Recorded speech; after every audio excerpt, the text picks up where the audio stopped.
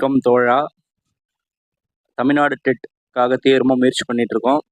நான் இந்த வீடியோவில் என்ன கொடுக்க போகிறேன் அப்படின்னா, 7ஆம் வகுப்பில் வரலாறு பாடப்பிரிவில் 4வது லெசன் டெல்லி சுல்தானியம் பற்றி நான் கொஸ்டின் ஆன்சர் கொஞ்சம் கொண்டு வந்திருக்கேன். நாம் அதை ப்ரிப்பேர் பண்ணுவோம். ஓகேவா? டேஷ் மம்லுக் அரச வம்சத்திற்கான அடிக்கலை நாட்டினார். மம்லுக்னா அடிமை வம்சங்க. அடிமை வம்சத்துக்கான அடிக்கலை நாட்டிய அரசர் யாரு? குத்புதீன் ஐபக். முகமது கோரி இறந்தப்ப அவருக்கு பிறகு முகமது கோரிட்டு அடிமையா இருந்த குத்புதீன் ஐபக் தான் டெல்லி சுல்தானியத்தை எடுத்துப்பாரு, டேக் ஓவர் பண்ணிப்பாரு. ஸோ அடிமை வம்சத்தின் முதலரசர் குத்புதீன் ஐபக். குத்புதீன் தனது தலைநகரை எங்கிருந்து டெல்லிக்கு மாற்றினார்? லாகூர்ல இருந்துங்க. ஆரம்பத்துல தலைநகரை லாகூர்ல இருந்தது. இன்னைக்கு பாகிஸ்தான் இருக்கிற லாகூர்ல இருந்து தலைநகரை டெல்லிக்கு மாத்தினாருங்க. யாரு? குத்புதீன் ஐபக். குதுப் மினாரின் கட்டுமான பணிகளை நிறைவு செய்தவர் இல்துட்மிஷ். ஆரம்பிச்சவர் நம்ம குதுப் மினாரை கட்ட ஆரம்பிச்சது குத்புதீன் ஐபக்கு. அவர் பாதிலே இறந்து போயிடுவாரு. ஸோ அதை கட்டி முடிச்சது இல்துட்மிஷ். டெல்லிக்கு அருகே துக்லகாபாத் நகருக்கான அடிக்கல்லை நாட்டியவர் கியாசுதீன். டெல்லிக்கு பக்கத்துல துக்லகாபாத் என்ற ஊருக்கான அடிக்கலை நாட்டவர் கியாசுதீன். துக்லக் அரச வம்சத்தை தோற்றுவித்தவர் கியாசுதீன் துக்லக். அதாவது துக்லக் வம்சத்தோட முதலரசர் கியாசுதீன் துக்லக் அப்படின்னு நம்ம அர்த்தம் எடுத்துக்கணும். முகமது பின் துக்லக் தனது தலைநகரை டெல்லியிலிருந்து எங்க மாற்றினார்? தேவகிரிக்கு மாற்றினார். முகமது பின் துக்லக் டெல்லியிலிருந்து தேவகிரிக்கு மாத்துறாரு. முகமது பின் துக்லக் தான் டோக்கன் கரன்சியை வெளியிட்டவர். ஞாபகம் வச்சுக்கோங்க. புகழ்பெற்ற பாரசீக கவிஞர் அமீர் குஸ்ருவை யார் ஆதரித்தார்? பால்பன் ஆதரித்தார். யாரு? பால்பன். டெல்லியில் உள்ள குவத்துல் இஸ்லாம் மசூதியை கட்டியவர் குத்புதீன் ஐபக். நல்லா இதுல 2-3 விஷயம் இருக்கு. குவத்துல் இஸ்லாம் எங்க இருக்குன்னா டெல்லியில இருக்கு. அதை கட்டவர் குத்புதீன் ஐபக். சரி.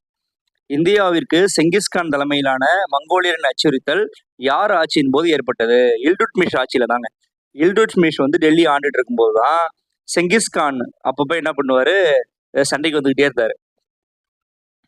அடுத்து பாருங்க, ஒரு பொறுத்துகை கொடுத்துருக்காங்க. அதாவது என்ன கொடுத்துருக்காங்கன்னா, துக்ரில் கான், அலாவுதீன், பஹ்லுல் லோடி, ரஷ்யா, இவங்க 4 பேருமே ஆளுநர்கள் தான். என்னென்ன ஊருக்கு ஆளுநர்னு நம்ம சொல்ல போறோம்.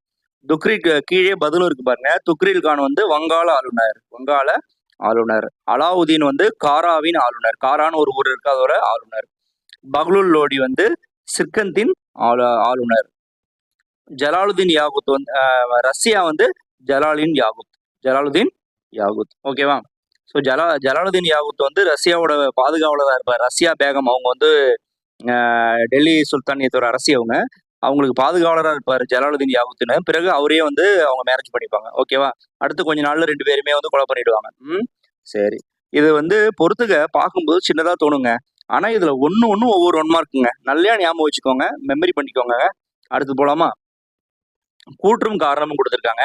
ஏன்னா இதுல சில விஷயங்களை தெரிஞ்சுக்க முடியுன்றதுனாலதான் நான் இதையும் உங்களுக்கு போட்டிருக்கேன். மங்கோலியருடன் பால்பன் சுமூகமான உறவை மேற்கொண்டார். அடுத்தது காரணம். செங்கிஸ்கான் பேரனான மங்கோலிய அரசர் சட்லெஜ் நதியை கடந்து மங்கோலியர் படையெடுத்து வரமாட்டார் என உறுதி கூறியிருந்தார். ஓகேவா? அதாவது பால்பன் என்ன பண்றாரு? செங்கிஸ்கானோட பேரன்ட்ட போயிட்டு பேசுறாரு. இது மாதிரி என்னை ஃப்ரீயா ஆள விடுங்க, என்னால உங்களுக்கு எந்த பிரச்சனையும் கிடையாது அப்படின்னு சொல்லும்போது அதை ஏத்துக்கிறாரு. யாரு? செங்கிஸ்கானோட பேரன். அதனாலதான் மங்கோலியருடன் பால்பன் சுமூகமான உறவை மேற்கொண்டிருந்தார். ஓகேவா? கூற்றும் காரணமும் சரிதான். அடுத்தது சரியான இணை. திரும்பவும் ஒரு மேட்ச் வந்திருக்கு. ஸோ இதுல சரியான இணையை தேர்வு செய்யணும். 4 கொடுத்துருக்காங்க, அதுல 1 மட்டும் தான் சரி. அப்ப காகதியர் வாரங்கள்ல இருந்தாங்க. காகதியர் என்ற மக்கள், அந்த இனம் ஆண்டது வாரங்கள். அதான் சரியான பதில். அடுத்தது, முறையான ஊதியத்திற்கு மாற்றாக இராணுவ அதிகாரிகளுக்கு வழங்கப்பட்ட நிலத்தின் பெயர் என்ன? முக்கியமான ஒரு கொஸ்டினுங்க. இராணுவ அதிகாரிகளுக்கு வழங்கப்பட்ட நிலத்தின் பெயர் இக்தா. ஏன்னா இராணுவ அதிகாரிகள் வேலை செய்யறாங்க, அவங்களுக்கு ஊதியத்துக்கு பதிலாக நிலத்தை அரசர் கொடுக்குறாரு. அந்த நிலத்துக்கு பேரு இக்தா. அந்த இக்தாவை யார் வாங்கினாங்களோ அவங்க பேரு இக்தாதார். ஞாபகம் வச்சுக்கோங்க, இக்தாதார். ஆக்ரா நகரை நிர்மாணித்தவர் யாரு? சிக்கந்தர் லோடி. கிபி 12ஆம் நூற்றாண்டில் இந்தியாவின் முஸ்லிம் ஆட்சியை நிறுவியவர் யார்? முகமது கோரி. 1192ல 2வது தரையின் போர்ல பிருத்திவிராஜை தோக்கடிச்சு முகமது கோரி இந்தியாவில் முஸ்லீம் ஆட்சியை நிறுவுறார். முகமது கோரிக்கு பிறகுதான் குத்புதீன் ஐபக், இல்துட்மிஷ், ரஷ்யா, பால்பன், அதுக்கு அடுத்தது ஒரு 4 தலைமுறைகள், கடைசியா வந்து நம்ம முகுல் பேரரசு, அப்புறம் பிரிட்டிஷ் ஆட்சி. அப்படிதான் இந்தியாவோட வரலாறு போகுது. சகல்காணி இது வந்து ஒரு கொஸ்டின் ஆன்சரா இருந்தாலும் அது ஏன் கொடுத்துருக்கேன்னா, இதுல இருந்து அடிக்கடி வினாக்கள் கேட்குறாங்க.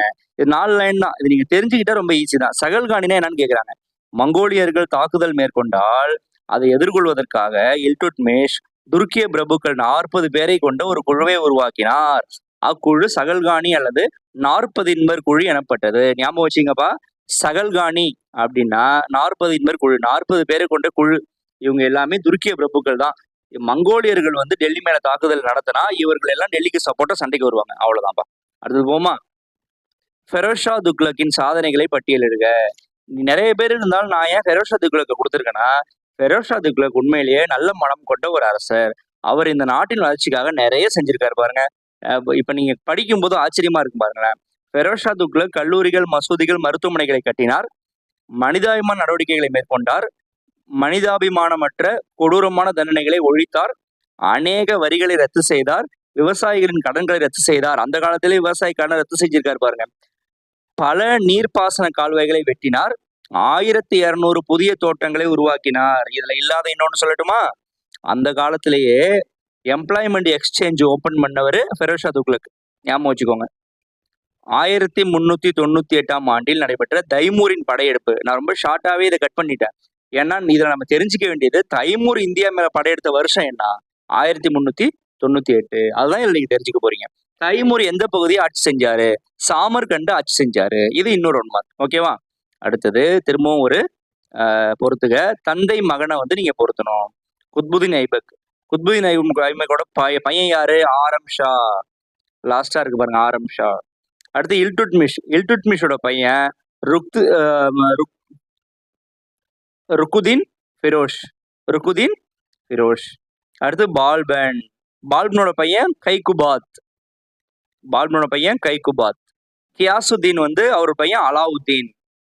பகலுல் லோடி பையன் சிக்கந்தர் லோடி. ஓகேவா? ஸோ இந்த லெசன்ல உள்ள இம்பார்ட்டன்ட் கொஸ்டின் எல்லாத்தையும் கொடுத்துட்டேன். தோழர்களே, நல்லா ப்ரிப்பேர் பண்ணுங்க. வெற்றி நிச்சயம். வாழ்த்துக்கள்.